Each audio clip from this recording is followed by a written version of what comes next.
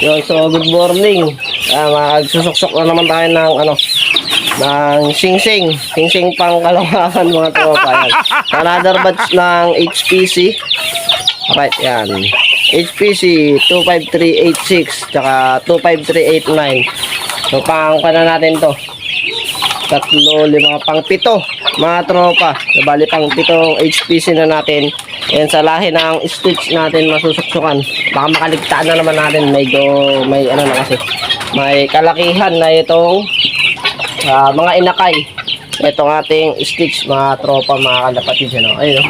So yung nag-lap winner natin nakaraan, lahi na ito. Tapos yung lap winner natin nakaraan, lahi na itong sa mga unbelievable. Ayun, napakaganda. Hindi pa rin nawawala sa kondisyon yung mga katawan nila mga tropa. Ayun. Lalo na yun, nakapagasusolid. Yung katawan nila, bilugan pa rin. Lalo yun. Pakasolid na ito. Ito may inakay na. Kaya ganyan na yung yung itsura nila. May inakay na uli. Ito, itlog pa lang. Ayan. Napaganda ng kondisyon mga tropa. Alright. So, dalawa yung susuksukan natin ngayon. Hanap tayo ng magandang pwesto. Kung saan. Alright. Ito mga tropa. Ito yung isa. Hindi pa ako nakakapagpatuka kaya gantong wala pang laman. Ayan, lumaki na yung paa. Kailangan ko na talagang singsingan. Ito, dalawa sila. Ayan napang healthy. So ganito lang siya maglabas ng inakay kahit nung simula pa lang.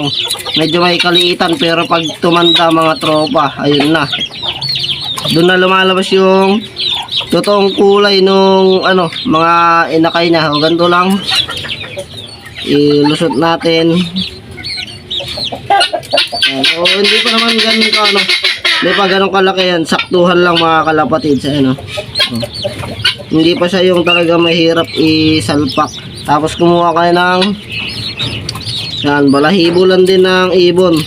O kahit anong malambot na pantusok. Basta hindi masasaktan yung mga inakay. Yan, pagkasuot nyo dun sa may daliri, hatakin nyo lang mga kalapatid. Ayan. Ito na, nakasuksok na, 25386. So, nirecord ko na yung singsing na yan bago ko idala dito. Ayan. Ayan, napaka-healthy napaka-healthy inakay mga tropa. Ito naman. So, HPC, ito yung mga lilipad ng natin. Lilipad ng apari. Ayan, umipot. Lilipad ng mga apari. Itong mga to. Ayan Sa palaro ni Sir Lloyd, apari yung laro nun mga kalapatids. Yan. So, susukan natin tong isa. Alright. Nung nakaraan kasi medyo na late akong nagsuksok ng mga singsing kaya medyo nahirapan ako and kawawa yung inakay sa ganun mga tropa. So, ngayon yan, goods na goods. Hindi ko na bilang araw na to sila. 1 linggo pa lang ata mga tropa, mga kalapatids. Ayun ayun. So goods na. Pagsuksok na ulit tayo sa mga healthy na inakay ng ating mga breeder. So shoutout kay Sir Ben. Ingay ng Bengala. Mga lahi ng ibon ni Sir Ben, yung mga ngayon mga kalapatids, mga gumaganda yung maganda ang lipad pero kasabay niya lang din naman yung mga ibon natin. Ayan. So bali yung pinaka-guide na. Alright. Ayan. Balik na natin siya rito. Alright. So pag kukuha ko ng buhangin sa may dagat, papalitan natin yung dito sa may nest bowl nila. Ayan. Balik natin doon and wala. Ayan. May kasama silang rabbit. Ayan. Okay na, all goods na ito. Di ko alam kung kailan magpibisa. Nakakalimutan ko kung kailan niya initlog yung last na itlog niya mga tropa. Alright. So sa linggo, last lap na ng pan race namin and then September 15 dito naman sa kabilang club may palaro pa pan race ulit. Tapos October yun na yung sa may derby, pinaka derby na ng Karpa. So meron tayong wibering nun mga tropa. At eto ngayon sila. Ayan, yung mga nilalaro natin ng pan race ngayon sa ERPC. Sila din yung ilalaro natin sa may karpa. Ayan, pan race din. Ayan yung wavering ng ng karpa, yung kulay blue. Ayan, yan, yung blue green. Alright, ayan yung mga ilalaro natin. Yan, isa yung grisel, tapos yan, yung blue sing-sing na yan, tsaka yan, yan, yung mga yan. Mga tropa, yung magkakasama na yan. Yan, no. Sila. Alright. Ayan, umusok na. Papausok. Sinusunog yung mga basura dyan. Maaga pa kasi mga kalapatid dyan. No? May mid-toss tayo. Di ko alam kung kailan mag-mid-toss. Kung kailan ulit magpapa-schedule ng mid-toss. Si President Glock, Sir Glock ng ERPC. Mga tropa, mga kalapatid dyan. No? Maganda ng kondisyon nila. So, papalitan na natin yung tubig nila. Yung tubig natin nung nakaraan, kahapon, is oregano na may bawang na may luya, lunes. So ngayon, plain. Mga tropa, subukas, oregano lang. Para hindi pa tayo nagbibigay ng mga Bitmin Pro, mga electrolytes. Wala tayong ginagamit na ganun, mga tropa. Tapos sa loading, kwan lang. Ideal pills lang yung binibigay ko dito sa may warriors natin.